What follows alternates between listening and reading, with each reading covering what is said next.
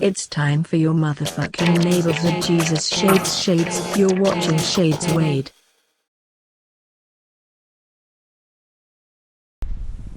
What's good, guys? So today's video is going to be kind of I guess you call it like an install, but at the same time we're going to talk about something that's kind of widely debated. So Hondabond. I'm sure you guys have heard of Hondabond.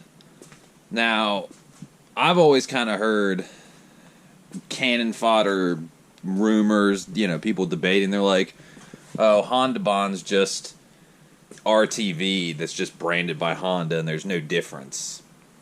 That's kind of not true. Yeah, you could probably get by with just using some standard, high temp RTV and it might work, might hold up. But Hondabond is it's what techs use. My tech uses it, and the way I found this out, now I've had this slow oil leak for like, I don't even know how long, a couple months now.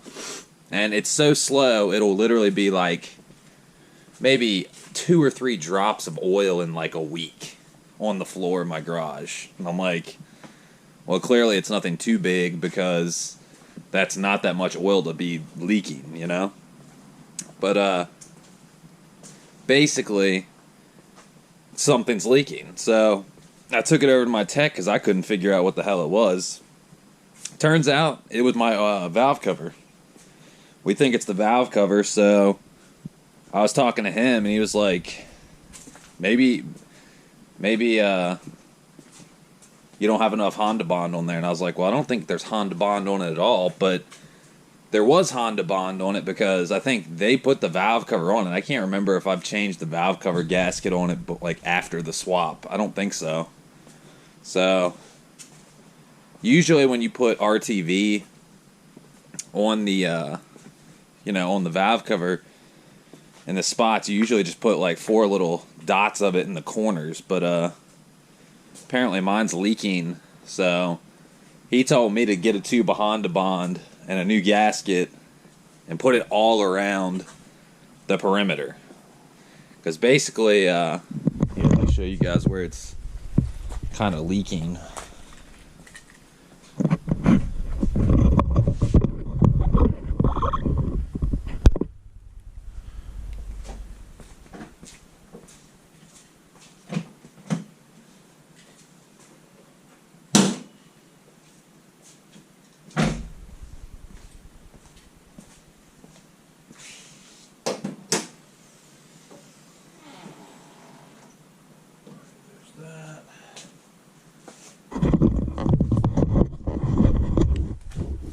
I don't know if this cell phone light's going to be enough, but we'll try.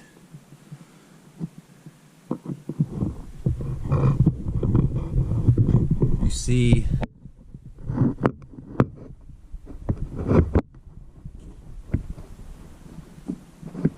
down in that area, there's that little cavity, that little dugout. That's where it's like dripping from. It's this back side. So essentially, what we're gonna do is gonna take the valve cover off, and we're gonna redo this shit. Now, for me to take the valve cover off, I gotta take the strut bar off. That's not too bad, and then I should be able to get it out by just moving this bracket from the power steering line. Should be good enough. And just catch can fittings, and that's about it, honestly. And then, taking your coil packs out and all that stuff, but that's pretty standard. So I guess we're gonna get to it and see what's going on the underside of the valve cover, see if there was Hondabond, not enough, if the gasket didn't seal right, I don't know. But yeah, that's what we're going to be getting into. But yeah, it's kind of like a debate, is Hondabond really worth it? I mean, I don't think my tech would tell me otherwise, because there's no advantage for him to tell me that Hondabond is different or better than just traditional, high temp RTV, because I don't know, Honda, it seems like, it's put it on the same parallel as like transmission fluid. A ton of people out there with RSXs say, oh, switch the transmission fluid to synchromesh, it's so much better. But then you hear people say, my transmission's acting funky. It's like, well, what are you using? Oh, synchromesh. Then they switch back to Honda MTF3 and their transmission's fine. So like a lot of times it's better to stick with what the manufacturer recommends, I've heard people say synchromesh is great. I've heard people say synchromesh is shit. So yeah, that's kind of where I'm at. So we got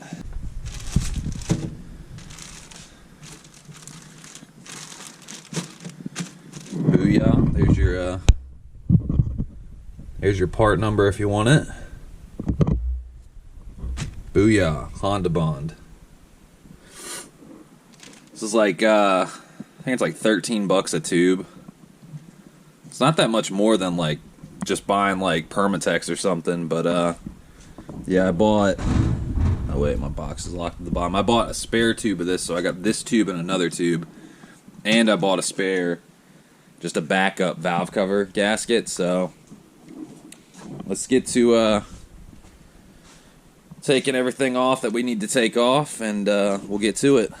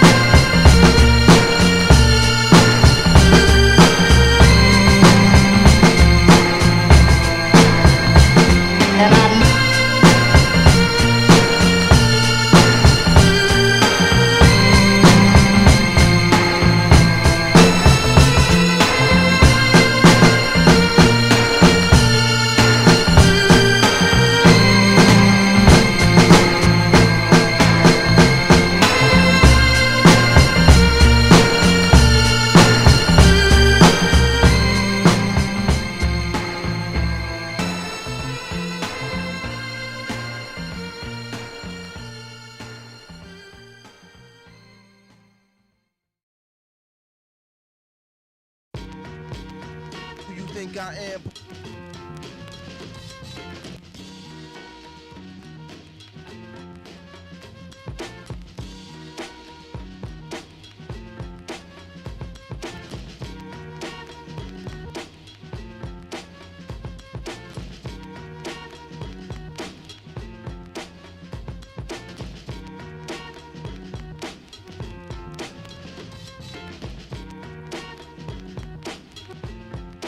If it leaks anymore, I put Hondabond on the whole mating surface of that gasket, you know. So we'll see how it goes. I'm gonna give it time to dry. I think cure. Let's see what the cure time was. I think it was like 2 days.